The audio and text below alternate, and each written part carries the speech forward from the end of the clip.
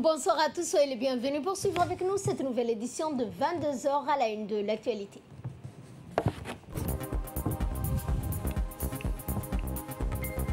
Le chef de l'État Ismaël Omar Guelleh a reçu ce matin successivement le Premier ministre somalien et le président du Somaliland. Toujours dans l'actualité nationale, le comité conjoint ministériel s'est clôturé par la signature de plusieurs accords. Aux nouvelles du monde, l'Organisation mondiale de la santé a suspendu à nouveau les essais cliniques sur l'hydroxychloroquine. C'était les titres. Passant au développement. Le chef de l'État Ismaël Omar Guelleh a reçu ce matin le président du Somaliland, Moussa Bihi, et le premier ministre de la République fédérale de Somalie, Hassan Ali Kahiyé, en audience séparée accordée tour à tour. Le président de la République, Ismaël Omar Guelleh, a d'abord reçu le président du Somaliland. Eh bien, cette entrevue est intervenue avant leur départ respectif chez eux, à l'issue de leur participation au pourparlers entre la République fédérale de Somalie et le Somaliland. À noter que ces pourparlers repris à Djibouti entre la République fédérale de Somalie et le Somaliland ont débouché hier sur des résultats fort encourageants au comité technique tripartite, bipartite instauré. C'est déjà un accord sur une série importante de décisions dans le droit unilatéral aux investissements, au partage, l'aide, l'assistance humanitaire internationale. Eh bien, la restauration de la confiance illustrée par l'adoption d'un calendrier de rencontres et d'évaluation des décisions du comité bipartite constitue particulièrement l'un des plus grands triomphes des pourparlers repris à Djibouti entre la Somalie et le Somaliland. Le président du Sénat du Somaliland, Seleban Mohamed, et le ministre djiboutien de l'Agriculture, de l'eau et de la pêche ont également assisté à cette audience.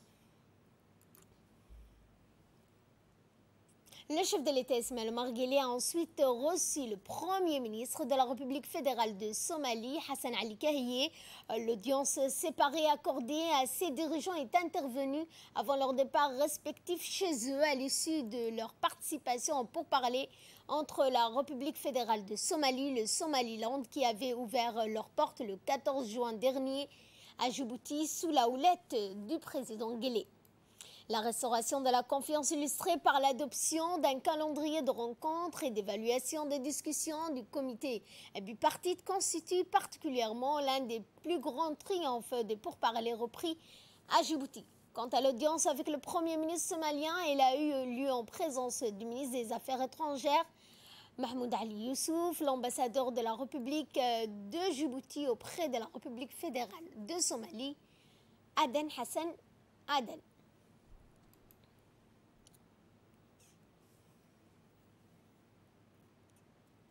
Après avoir été reçu par le président de la République au palais présidentiel, le président du Somaliland, Moussa Bihi, a quitté Djibouti en direction du Somaliland. Le président Bihi ainsi que la délégation l'accompagnait ont pris part au sommet de consultation, rappelons-le, qui a eu lieu au palais présidentiel, mais aussi à la réunion du comité technique mixte des pourparlers entre la Somalie et le Somaliland, organisée sur l'invitation de la République de Djibouti et notamment du président Guelleh. Le président du Somaliland, Moussa Bihi, a été raccompagné à l'aéroport par le ministre de l'Agriculture, de l'eau, de la pêche, de l'élevage, des ressources halieutiques, Mohamed Ahmed Awale. Et c'était dans le titre. Après 3 jours d'intenses discussions, le comité conjoint ministériel entre la Somalie et le Somaliland a clôturé ses travaux hier soir au Kempinski Palace Hotel. La signature d'un accord qui comporte plusieurs volets a été paraphée. Le ministre des Affaires étrangères de la coopération internationale, Mahmoud Ali Youssouf, en sa qualité de facilitateur, a paraphé sa signature sur l'accord intervenu entre les deux délégations en présence de l'ambassadeur des États-Unis, Larry André, de l'ambassadeur de l'Union européenne. Côté somalilandais, l'accord a été signé par le ministre des Affaires étrangères, Yassine Haji Mahmoud Difaradon, Et du côté de la Somalie, c'est le ministre de l'Intérieur et chef de délégation, Abdi Mohamed Soubrié, qui a signé l'accord en présence des délégations des deux parties. L'accord signé par le comité conjoint ministériel comporte 5 volets dont les réunions et les contacts permanents entre les deux parties a été donc au centre de ces discussions l'installation d'un comité notamment de confiance entre les deux parties, l'exécution et la mise en application des accords signés précédemment étaient toujours en suspens, à savoir les investissements, les aides humanitaires. Le comité conjoint ministériel va se retrouver à Djibouti dans 45 jours pour évaluer l'état d'avancement des travaux des 3 comités techniques. La signature de l'accord a été un moment important pour les deux parties après 3 jours d'intenses travaux. Et dans son intervention, le ministre des Affaires étrangères de la coopération internationale, Mahmoud Ali Youssouf, qui s'est exprimé en Somalie, en sa qualité, il a indiqué que la tenue d'une conférence a été réussie, entamé ses pourparlers entre le Somalie et le Somaliland grâce aux encouragements de nos dirigeants respectifs. Et c'est aussi grâce à eux que nous avons pu persévérer dans ces pourparlers pour abriter cette réunion qui continuera et d'un dialogue entamé auparavant mais qui a été interrompu pendant un certain temps. Cette fois-ci, nous avons réussi à la reprise de ce dialogue, le vérifier et donc pérenniser ce qui a été abouti à Djibouti, un rapprochement des deux parties, à savoir le Somalie et le Somaliland. Autre intervention, celle du chef de délégation de la Somalie au comité technique, à savoir M. Abdi Mohamed Soubrié, également ministre de Somalie de l'Intérieur, a pour sa part qualifié de positif cette étape des pourparlers à Djibouti. Djibouti, a-t-il indiqué, n'a cessé d'être aux côtés de leurs frères somaliens et somalilandais depuis le déclenchement des hostilités en 1991 et n'a cessé d'apporter son encouragement à l'apaisement des tensions. Jusqu'à ces jours, Djibouti continue ses efforts de médiation, a permis d'établir un dialogue et des pourparlers que voici. De ce fait, Djibouti est mieux placé que tant d'autres États pour résoudre les différends entre le Somalie et la Somaliland. Le ministre des Affaires étrangères du Somaliland, également chef de comité technique de ces pourparlers du Somaliland avec la délégation, M. Yassine Haji, a souligné l'importance qu'ont revêt donc ces pourparlers à Djibouti. Ces pourparlers, a-t-il dit, cette initiative a été donc l'une des initiatives les plus grandes du président Guelleh. On avait grandement besoin de ces pourparlers qui ont permis de jeter les bases d'un climat de confiance d'abord. Après une longue période de méfiance et de blocage, de nombreuses rencontres ont eu lieu par le passé et de nombreux points et accords ont été arrêtés. Malheureusement, ces différents accords n'ont pu jamais aboutir. Les pourparlers de Djibouti sont différents et ont permis réellement de reprendre tous les points laissés en suspens par les rencontres précédentes et étudier les voies et moyens pour en finir avec les différends. Quant à l'ambassadeur des États-Unis à Djibouti, il a indiqué que l'objectif de ces pourparlers est de produire davantage de pratiques pour les populations de Somalie, de Somaliland. Je le cite, « Mon gouvernement est reconnaissant au président Guelleh d'avoir accueilli ces pourparlers, tout comme il l'a fait il y a 20 ans pour la conférence de paix historique d'Arta. En tant que diplomate, j'admire beaucoup la manière et efficacité et équitable dont le ministre des Affaires étrangères de Djibouti, Mahmoud Ali Youssouf, a présidé ces discussions. Les deux délégations ont fortement représenté les points de vue de leur gouvernement. Les deux délégations ont écouté respectueusement les points de vue de l'autre partie. Je suis convaincue que ce processus produira effectivement les améliorations souhaitées dans la vie du peuple somalien et du Somaliland. Pour le représentant de l'Union européenne, il a indiqué que ce chapitre a commencé il y a plusieurs jours lorsque les deux parties ont accepté l'invitation du président Guelleh à venir à Djibouti pour des consultations. Nous avons eu plusieurs jours d'intenses discussions sous la houlette du ministre des Affaires étrangères de Djibouti, Mahmoud Ali Youssouf. Et je tiens vraiment à saluer ce soir la vaste expérience diplomatique et l'imagination qu'il a apporté à la conduite de ces entretiens techniques au cours de ces derniers jours. Bien entendu, cette journée appartient aux délégations elles-mêmes. L'Union européenne, les États-Unis étaient là en tant que facilitateurs. Je dois dire que cela a été un privilège. Et après la signature de l'accord entre les deux parties, les discours prononcés par les officiels, le ministre des Affaires étrangères de la coopération internationale, Mahmoud Ali Youssouf, également facilitateur de travaux du comité conjoint ministériel, a indiqué donc dans un point de presse, Mahmoud Ali Youssouf a surtout cité le dynamisme et le renforcement de la coopération entre le Somalie et le Somaliland, intervention que je vous propose de suivre. Nouvelle dynamique qui a été initiée par le président de la République, le président Ismaïl Omar Guelleh, et il a eu l'assentiment de ses frères, les présidents Moussa Bihi de Somaliland et le président Mohamed Abdullahi Farmajo. Sans l'assentiment de ces deux présidents, je crois que la dynamique n'a pas de chance de succès. Et je crois qu'aujourd'hui, l'assentiment et l'engagement de ces deux chefs d'État est acquis. Et c'est pour ça que je suis très optimiste. Une cérémonie de commémoration du 18 juin 1940 a été célébrée ce jeudi à la Maison des combattants. Le pire moment de l'histoire de la France n'était pas seul. Elle a compté sur le soutien déterminant de ses alliés, mais aussi sur ses territoires dans la République de Djibouti, qui illustre bien cette participation à travers le bataillon Somalie, qui a inscrit une page glorieuse de son histoire. Rappelons qu'au cours de ce jour de commémoration, l'appel du 18 juin du général de Gaulle, et à Djibouti, plusieurs personnes, dont des combattants, ont participé à cette cérémonie. Cette cérémonie revêt tout particulièrement un caractère particulier parce qu'elle donne sur la route qui passe devant la maison des combattants qu'on appelle la route du général de Gaulle. Enfin, cette date du 18 juin 1940 soit une journée de rappel pour ceux et celles qui ont contribué à la libération de la France.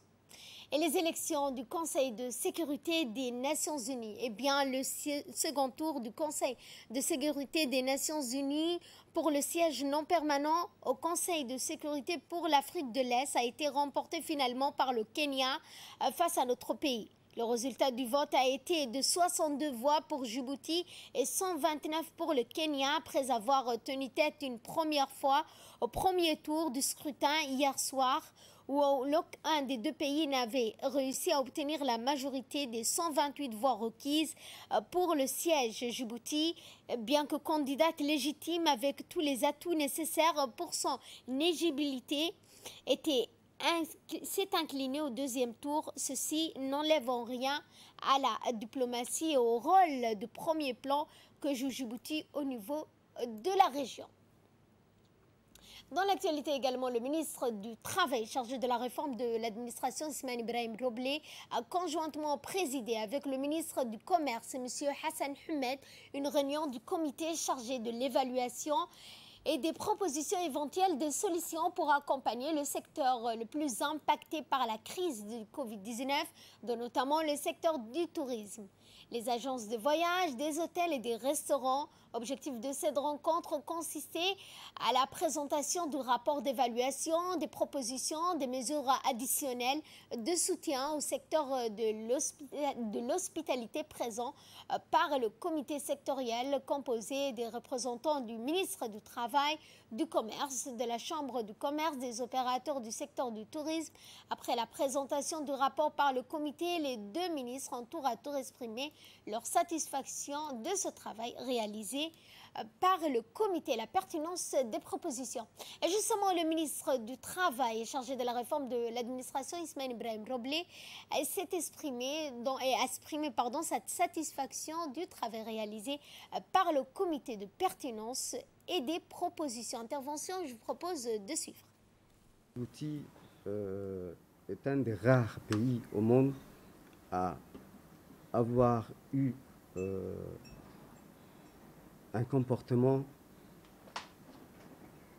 singulier par rapport à cette crise, tant sur le plan sanitaire, par une politique tout simplement proactive.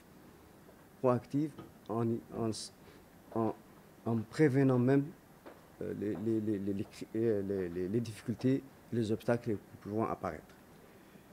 Et en ce sens, je crois que vous en conviendrez avec moi, les mesures qui ont été déjà prises ont permis, du moins en ce qui concerne tout particulièrement les missions du ministère du Travail, à au moins éviter le licenciement, à éviter l'inflation du chômage, à éviter une crise, en résumé, une crise sociale à Djibouti. Quelle aurait été la situation si nous avions connu une crise sanitaire doublée d'une crise sociale? Et c'est en ce sens que je loue le sens du devoir du président de la République qui, dès les premiers instants, nous a donné des directives claires pour pouvoir être à même de répondre de manière responsable aux difficultés qui existent. Le fait que nous avions engagé des discussions, des échanges avec vous vont très certainement nous permettre de continuer, de nous encourager à faire en sorte qu'à Djibouti, nous restons unis pour sortir de cette crise avec le minimum d'impact possible. C'est en ce sens que je dois dire également que les discussions ne vont pas s'arrêter aujourd'hui. On va les continuer de notre part. Nous sommes fermement déterminés à aller le plus loin possible pour vous accompagner dans ces moments difficiles. Et c'est de notre devoir parce que nous devons sauvegarder l'emploi à Djibouti, nous devons préserver une justice sociale à Djibouti et surtout nous devons montrer à la population, aux salariés, aux entreprises, mais à tout le monde que nous sommes là et que nous voulons, malgré la crise, rester unis d'abord, mais également fiers de ce que nous faisons. À l'Assemblée nationale et sous la conduite de son président, l'honorable Charbakeh Moussaré, la commission des finances, de l'économie générale et du plan a réuni ce matin ses membres pour l'étude des comptes financiers de Djibouti Telecom pour l'exercice de l'année 2017. La réunion s'est déroulée en présence du ministre de la Communication, chargé des postes de télécommunications, Radouane Abdullahi Bahdon, du secrétaire général du gouvernement, Mohamed Hassan Abdullahi, et des responsables sociaux de l'organisme national. Après un débat sur la situation comptable et stratégie de gestion engagée par Djibouti Telecom, ainsi que sur la contribution de la lutte contre le Covid-19, la commission parlementaire de contrôle des ressources publiques a donné son avis favorable à l'adoption des comptes 2017 lors de sa prochaine séance publique à l'Assemblée nationale. Et pour clore l'actualité nationale, le secrétaire d'État à la jeunesse et au sport, Hassan Mohamed Kamil, a pris part hier à une réunion consultative virtuelle des ministres de la jeunesse en réponse à la pandémie du Covid-19 pour partager leur expérience et les stratégies de gestion des perturbations de la vie et des moyens de subsistance des jeunes Africains. Outre le ministre de la Jeunesse et au Sport, plusieurs hauts responsables ont participé à cette réunion, parmi lesquels l'envoyé spécial pour la jeunesse de l'Union africaine, Aya Chebi, la commissaire pour le sport, Sarah Ayong, et le directeur de l'Africa CDC, John Engonson. Dans son discours, le secrétaire d'État à la jeunesse et au sport a rappelé les initiatives prises par son département dans la lutte du Covid-19 à Djibouti. Dans l'actualité internationale, je vous le disais, dans les titres, l'OMS a suspendu à nouveau les essais cliniques sur l'hydroxychloroquine. Le volte-face se poursuit sur l'hydroxychloroquine. L'Organisation mondiale de la santé a finalement annoncé suspendre les essais cliniques sur ce traitement potentiel contre le nouveau coronavirus. L'OMS avait annoncé le 3 juin son intention de reprendre les essais cliniques sur l'utilisation de l'hydroxychloroquine pour traiter traiter les patients atteints par le Covid-19 10 jours seulement après les avoir arrêtés. Cette annonce survient 2 jours après que les autorités sanitaires américaines ont retiré l'autorisation d'utiliser dans l'urgence de traitement l'antipaludique et contre le Covid-19 et la chloroquine et l'hydroxychloroquine défendue par le président Donald Trump. La France, où le professeur Didier Raoult a défendu l'hydroxychloroquine, on a banni l'usage le 28 mai contre le Covid-19. Voilà, c'est tout pour ce journal. Merci de votre fidélité. Excellente soirée et excellent début de week-end à toutes et à tous.